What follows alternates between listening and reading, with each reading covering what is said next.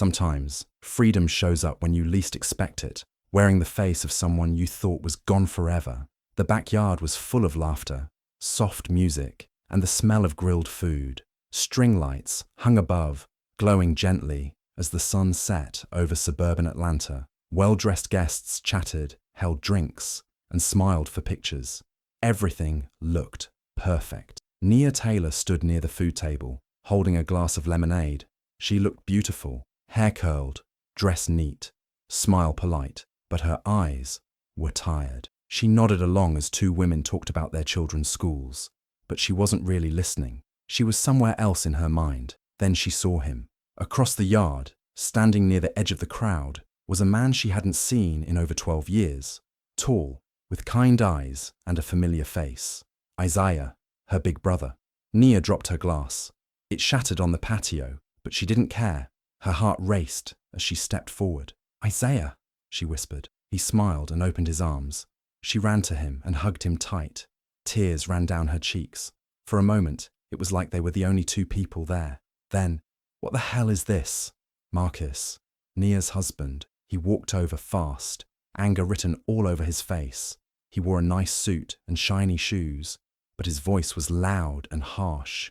He grabbed Nia by the arm and pulled her away. "You out here hugging another man in front of me," he yelled. Gasps came from the crowd. People stared.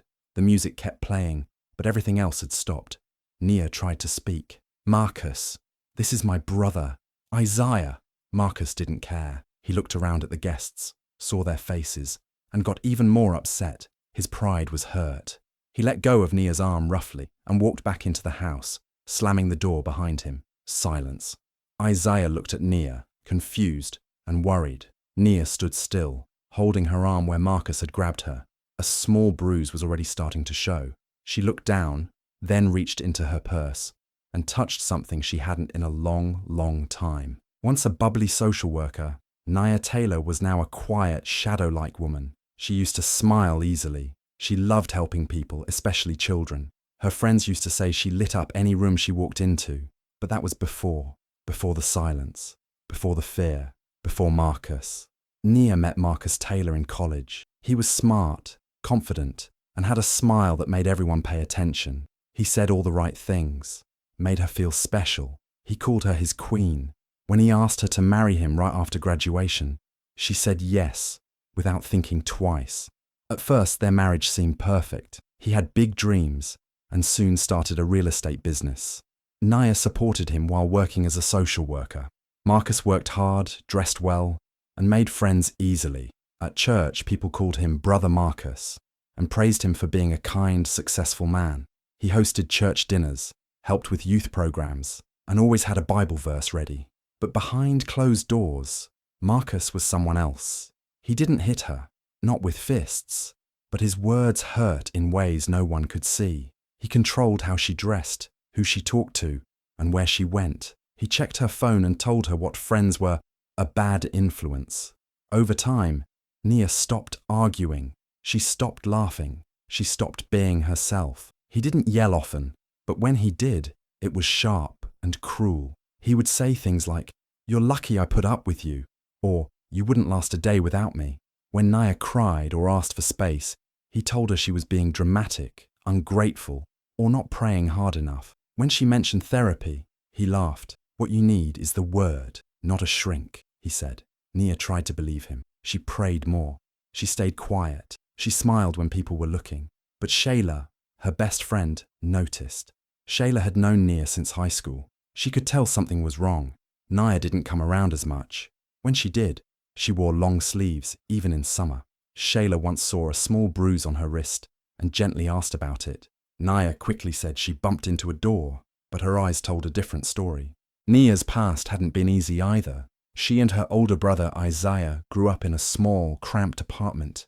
Their dad died when Nia was just 6. Their mom remarried a man who was loud and mean. He drank too much and hit the walls when he was angry, sometimes more than the walls. Isaiah tried to protect Nia, but one night when he was 18, things got bad. He left after a huge fight. Nia was only 13. She begged him to stay, but he didn't. And after that night, he was gone. Their mother never forgave him for leaving. She told Nia that Isaiah was selfish and didn't care about family. She burned the pictures with his face in them. Nia tried not to believe it, but years passed. No phone calls, no letters, just silence. Until now, after 12 years, Isaiah found her. He tracked her down through an old friend who still lived in Atlanta. He showed up at the party, hoping to make things right. He wanted to see his little sister. He wanted to fix what had been broken for so long. That's what made Marcus's outburst at the party even more painful. Nia finally had a moment of joy, real joy, and it was ripped away in front of everyone. Her brother had come back, and instead of being able to celebrate, she was pulled, yelled at, and bruised by the man she was supposed to feel safe with. Now things felt even more complicated. Marcus had seen Isaiah. He was angry and confused, and Nia was waking up. For the first time in a long while, she felt something inside her stir. She remembered how it felt to be hugged without fear, to cry and not be punished for it, to be seen, really seen. Isaiah wasn't just a piece of her past. He was a piece of her strength she'd almost forgotten. And Shayla, she wasn't backing down either. She told Nia, "You don't have to live like this. You're not alone." Nia didn't know what to do next, but for the first time in years, she started to wonder if maybe, just maybe, there could be a life beyond fear. A life where she could breathe again. After the party, the house was quiet, but the air felt heavy. Nia sat on the edge of the bed, her hands still shaking. She hadn't even changed out of her dress yet. Marcus walked in, slammed the bedroom door, and stared at her with cold eyes. "So that's your story now," he said. "That man you hugged is your brother." Nia stood up, trying to stay calm. "Marcus, it's true. His name is Isaiah. He's my older brother.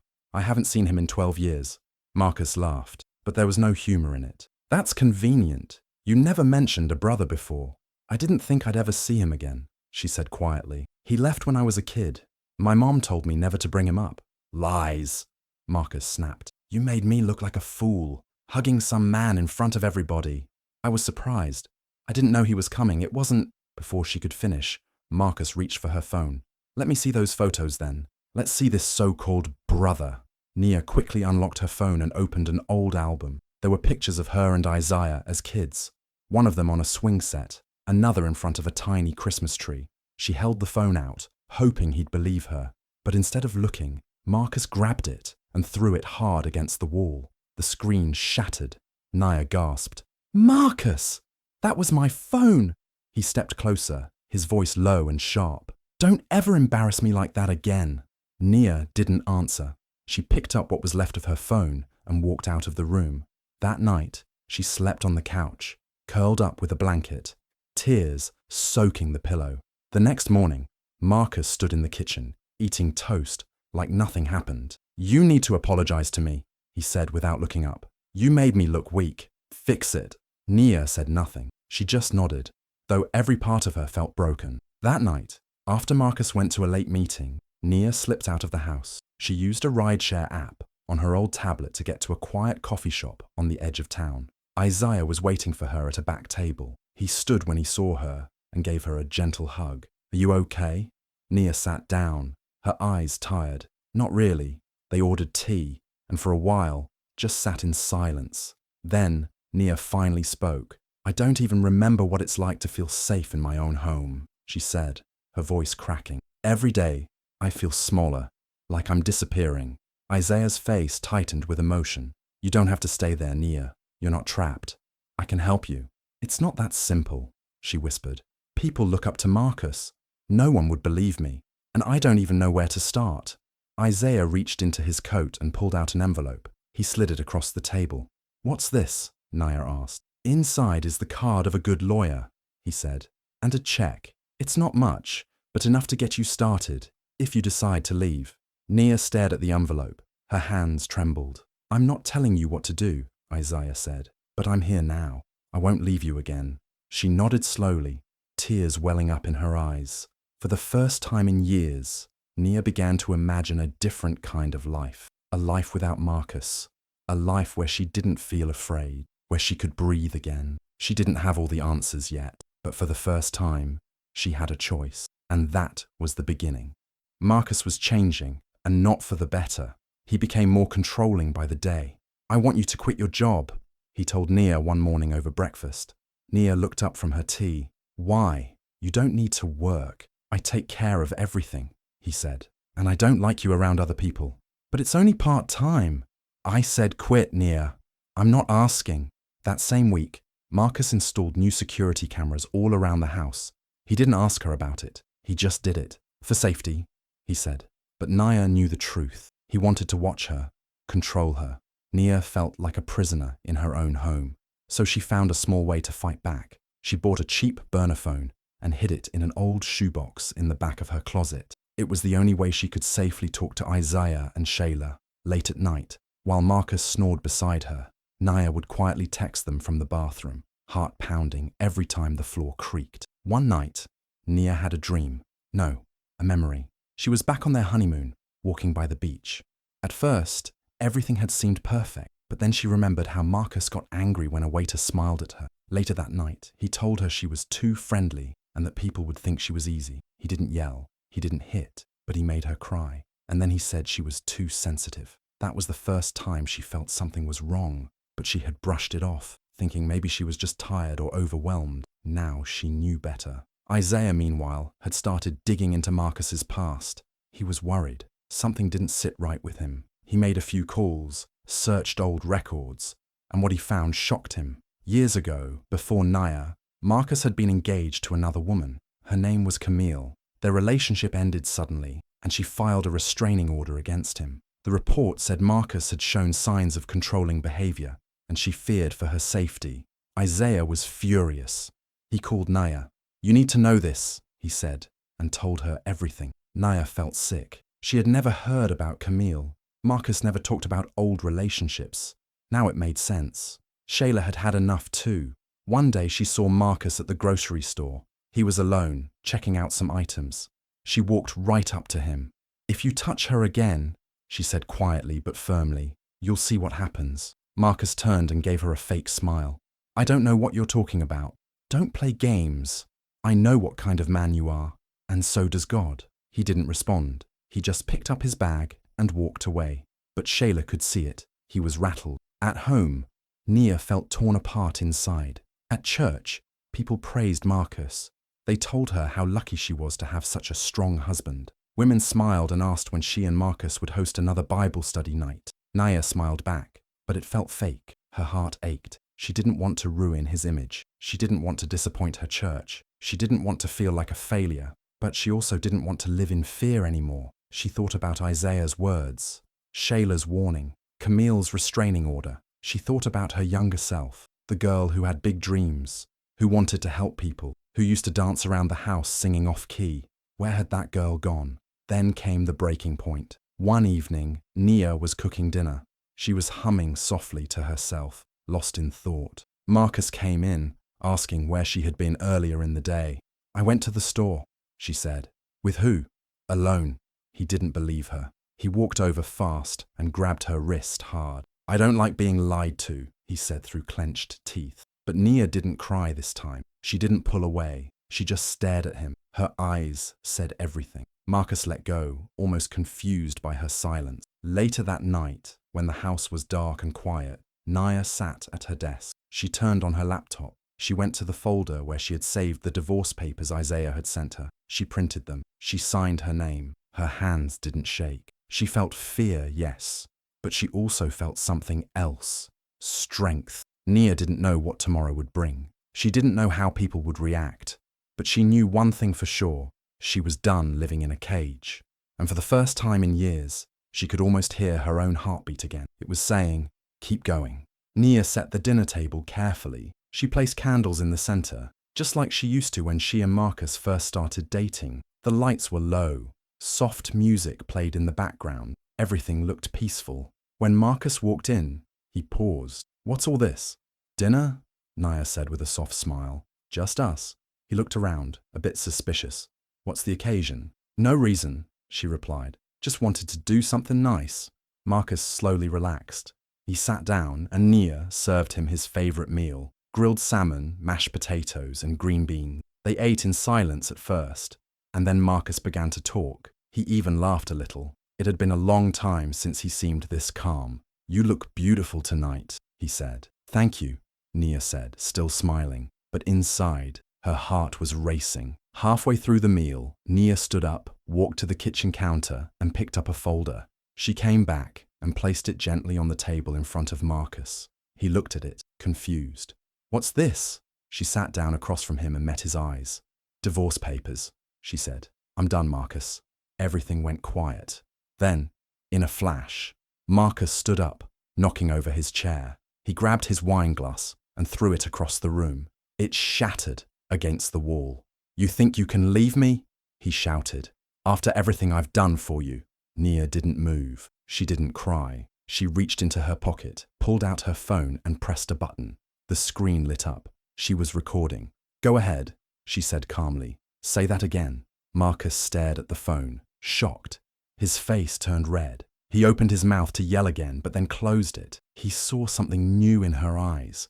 She wasn't scared anymore. He stepped back. Suddenly, the front door opened. Isaiah walked in. He had been waiting outside the whole time. Marcus exploded. "You set me up!" He rushed toward Isaiah, fists clenched. Isaiah stood his ground. "You're not going to touch her." Marcus lunged, but Isaiah grabbed him and held him back. They struggled for a few seconds, knocking over a lamp. Then, sirens. Red and blue lights flashed through the windows. Police officers burst in. "Step back! Hands up!" Shayla had called them earlier, just in case. She knew things might get out of hand. Marcus was arrested on the spot. The officers led him outside in handcuffs. Neighbors stepped out of their homes. They watched from porches and windows.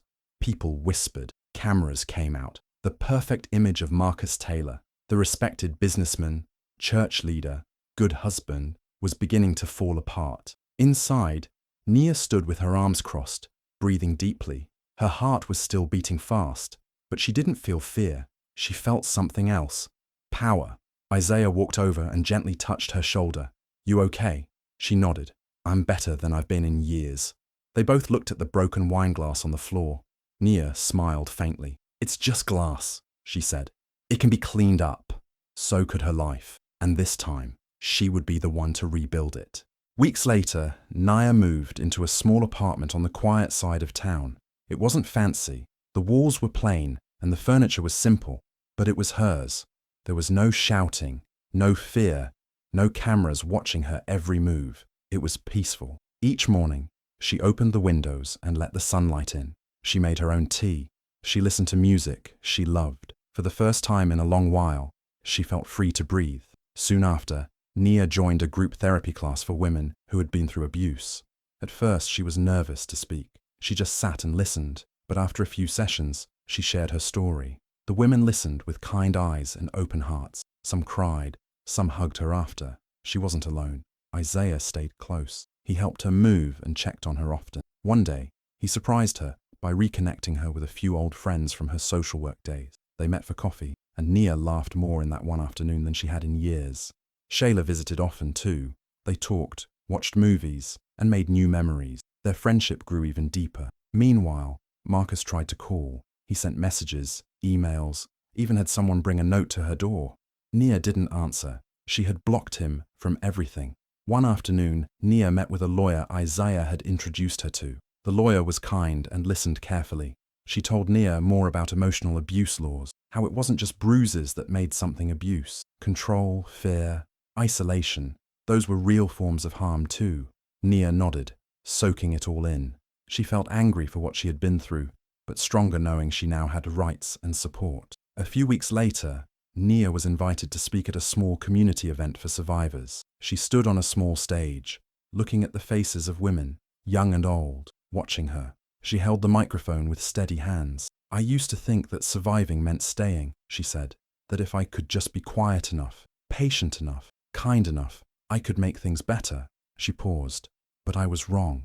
Surviving didn't mean staying. Surviving meant leaving, choosing myself, choosing freedom." The room was silent for a moment, and then warm applause followed. After the event, Nia stood outside with a cup of coffee, looking at the sky. She smiled. Not the fake smile she used to wear like a mask, a real one, software peaceful, true. It had been a long, hard road, but now Nia was walking it on her own terms, and for the first time in years, she felt like herself again. One quiet morning, Nia got a letter in the mail. It was from her mother.